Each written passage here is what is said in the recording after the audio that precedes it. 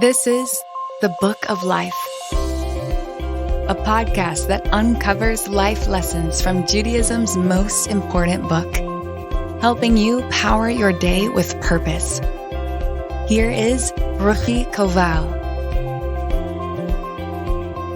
There is a stunning 2007 YouTube video that won many awards called simply Validation.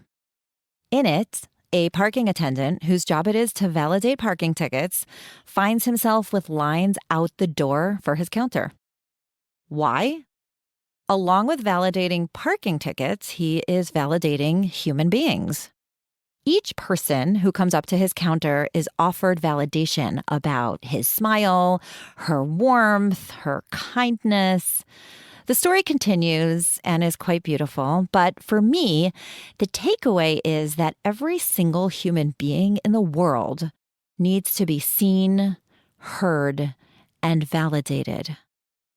People will even line up out the door and wait for hours to be validated. When people feel unhappy or disgruntled, they don't want to be joked or logicked out of their feelings. They want to know that the other person is with them and sees them and feels their feelings with them. Researcher and professor Brené Brown, in a beautiful short animated video, demonstrates the difference between sympathy and empathy. Let's say someone falls down a deep hole. Sympathy means I will call down into the hole and say, "Hey, are you okay? Let me throw you a sandwich." But empathy is where I climb down into the hole with you and hold you close and share your pain. Empathy is where I don't ask 1,000 questions or try to distract you or cheer you up. I simply share the pain.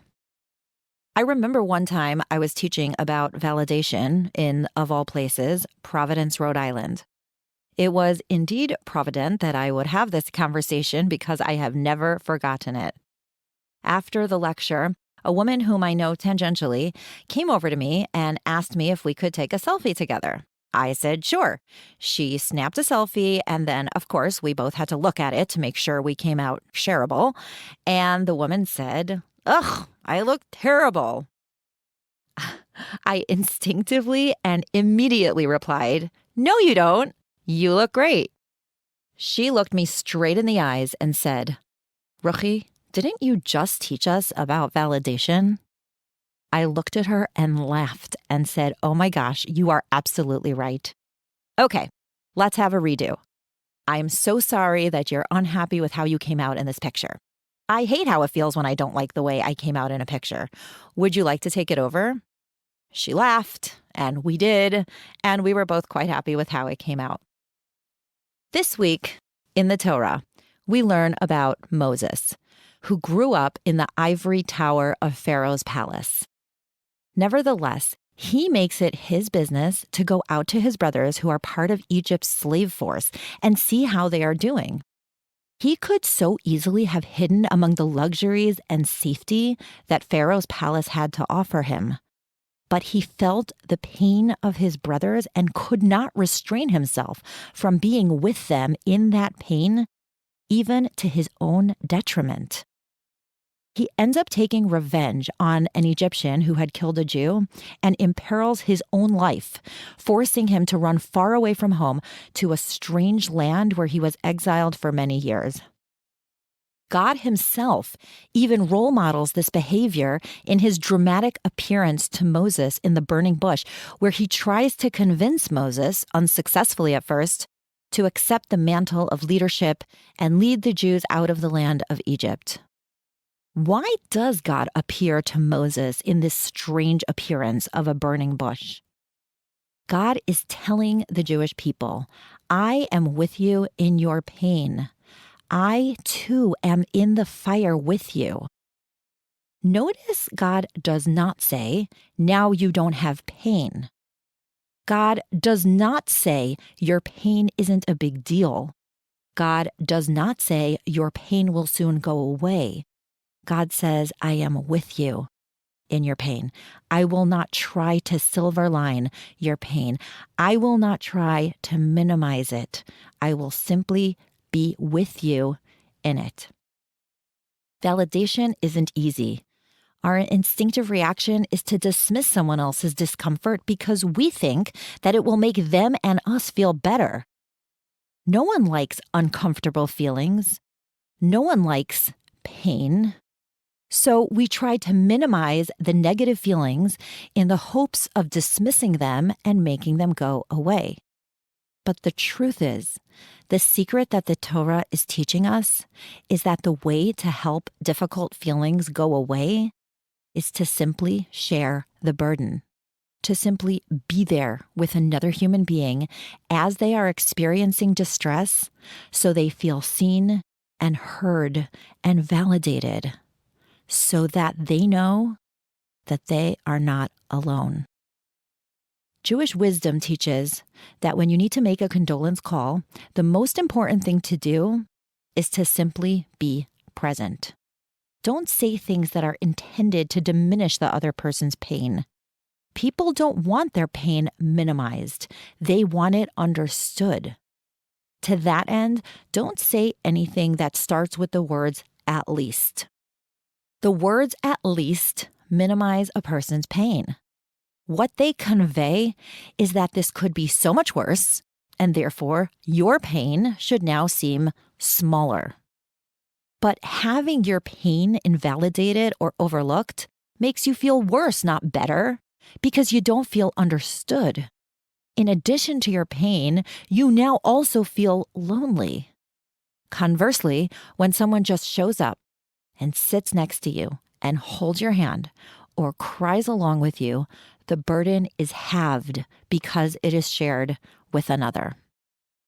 I know when my daughter comes home from school and complains that she has no friends, my first instinct is to remind her how many friends she has. But what she will hear is that her pain is not understood. So I simply sit with her and say, "I'm sorry, sweetheart. Sometimes it can feel really lonely and friendless out there. I understand how you feel." Shockingly, this is sometimes all a person needs to indeed feel better. Sometimes it even calms down their nervous system enough to troubleshoot and brainstorm for themselves how to move forward. I was once teaching a group of high school kids about validation. I asked them what they would say to a friend who has just had a bad day. Some of the teens suggested phrases like, "Hang in there, I got you. Would you like a hug?" Other kids said that they would probably be more likely to say stuff like, "Suck it up, dude, move on." There are two ways to handle someone else's distress. Some people like to save, solve, and fix. They want to fly in there like a superhero and rescue the situation. Did you call the doctor? Are you taking vitamin C? Have you tried essential oils? Others, naturally, share, care, and encourage. They give hugs, express empathy, and bring chocolate and flowers. It might be helpful to use such overt language when somebody seems upset about something.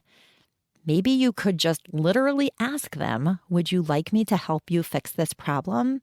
Or would you like me to give you sympathy and love?"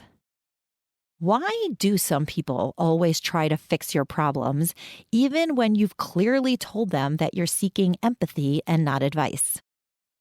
Truly, I think the gesture comes from intense protective love.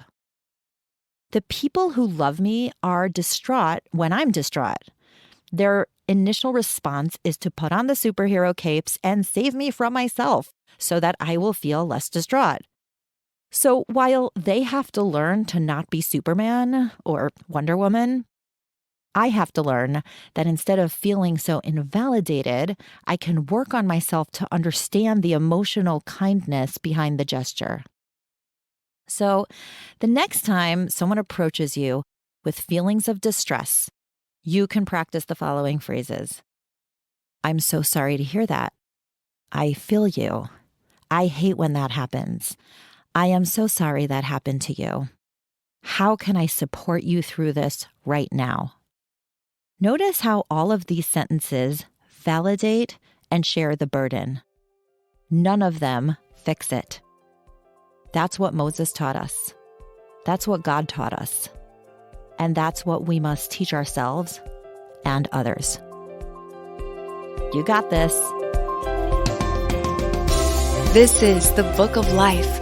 Don't forget to rate, review, and subscribe to Momentum Podcast on Apple, Spotify, or wherever you get your podcast. Join Ruchi again next time for more meaning and inspiration from Judaism's most important book to power your day with purpose.